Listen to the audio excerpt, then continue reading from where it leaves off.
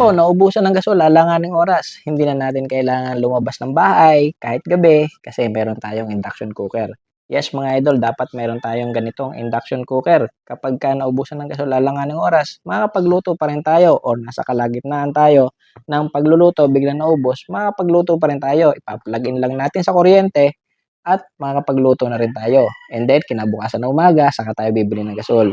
So, ikatabi na ulit natin itong mga ganitong induction cooker.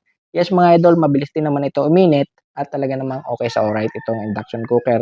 Nasa less than 600 pesos mga idol, meron na kayo ng ganito. Matagal din masira, subok na subok ko na ito. So ano pang hinihintay nyo mga idol? Talagang, ayan lang, ilalagay ko lang ang link dyan sa baba para maka-order din kayo dito sa na-orderan ko.